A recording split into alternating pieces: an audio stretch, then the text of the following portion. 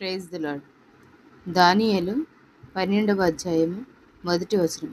ఆ కాలమందు నీ జనుల పక్షమున నిలిచినట్టి మహా అధిపత్యగు మిఖాయేలు వచ్చెను.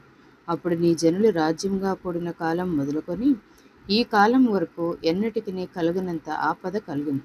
అయితే నీ జనులలో గ్రంథమునందు దాఖలైన వారెవరో వారు తప్పించుకుందరు. ఆమేన్. హల్లెలూయా.